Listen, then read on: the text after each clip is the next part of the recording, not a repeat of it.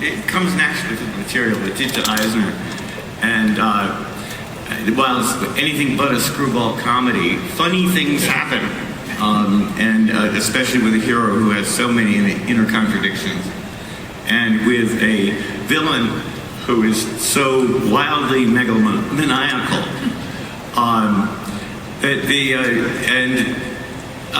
Some of it's incidental, some of it's planned. See, the octopus also has several dozen henchmen who he built. They're clones. And unfortunately, he hasn't been able to make them very intelligent. And so instead of seeing a bunch of stuntmen hit the walls and make grunts through this movie, you're going to see Louis Lombardi suffer every single insult, injury, and death you can imagine. These things present themselves. Adventures are fun, and there has to be humor in the course of a tale of a hero, and just as there is in real life. But it's really organic humor. The thing I want to emphasize is there's nothing campy about the movie, and you'll see when you see it, it's got the humor that comes naturally out of circumstances. It's Frank and Will's, but it's truly a very organic humor. It's just people do things that sometimes are funny. They're not trying to tell jokes. You mentioned your ongoing and friendly argument with Will for all those years. What do you think Will would say if he was sitting right there and saw the stuff that we just saw? What do you think his reaction would be? What would Will say if he saw it was on the screen there? Yeah. He'd say it's perfect. No, he'd probably say good job, but Ellen might not really have thrown a scalpel because it would have bent the end of it. She had to use it in surgery later.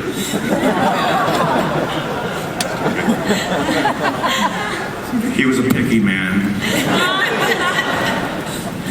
I will say, every shot and every day we'd walk away, we'd ask, would Will buy this? Would Will love this? Would Will get this? And we wouldn't move on unless we all thought, from Frank, yeah, he would get it. He would get it. I think we're okay with that. Yeah. So, an example came for some production reason or other. It was pointed out to me that it would be cheaper to actually have the spirit enter Santa Seraph's bathroom than for her to walk out of it. And I had to instruct them that the spirit would never enter a woman's bathroom. You come to know these things after 40 years of studying to death. It's an obsession, but who am I talking to? But I want to be clear, you're talking a lot about, we really were careful about making sure it was something that, would be true to Will's work, but by the same token, Will was the first person to not want the spirit to be a mummy, a period piece, anything of that nature. It's not a period movie. It's a movie that's set in what we call never time. There's stuff from the 40s, there's stuff from the 50s, clothes, costumes, but there's also cell phones. And also, Will was the first person to understand that Frank brought his sensibility as an artist to it as well. And it is a mix of Frank Miller and Will Eisner because it is Frank's interpretation of it. And certainly, I think we all, thought that Will also would understand that Frank has brought some original of his own imagination to his work as well. Well, I'm told that we have one. I've also got to say that there are more Jewish characters in the Spirit movie than there are in a year of the Spirit comics. That's a tribute to it. I'm told we have one more clip, right? Yeah. Yes, we have one more, and I'd like to definitely introduce this one. Yeah. You see, these two gentlemen don't like each other. In the movie. And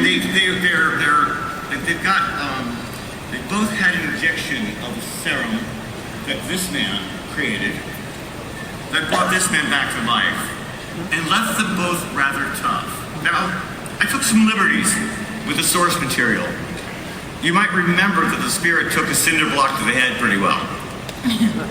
and that he's pretty tough. So that's a major part of the story, is how tough he is and why he's so tough. And I want to show you what Samuel Jackson and Gabriel Macht did in a very filthy, wet set with a bunch of ridiculous props. That Frank drew, I just want to point out, one of the first set of drawings he gave to me as we were in development of the movie after was this scene. He came in with these drawings, and everything you do see came from his drawing board, his imagination. Often it is stuff that Will would have incorporated from his work, but Frank drew all this, and now these two guys got to do it. And I got to clean it up, so you'll see what I mean. So folks, when titans clash.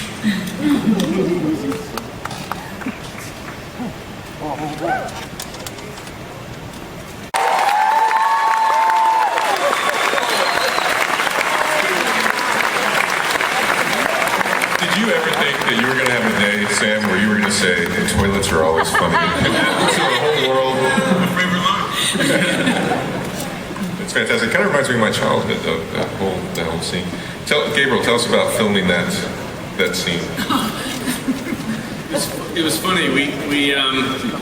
Sam and I would come to set, and we'd be in our wardrobe, and then the costumers, they'd come over and they'd dab a little mud on our shins, and a little bit on our elbows, and a little on our shoulder, and both of us looked at each other like, what the hell are they doing? And we'd just say, we're just gonna dive in. And so we dove in, rolled around, and we popped up, and we just took a beating to each other. Yeah, it's like gaining like 60 pounds by rolling around in that mud pudding, whatever it was. They made something that would cling to the costumes and to our skin.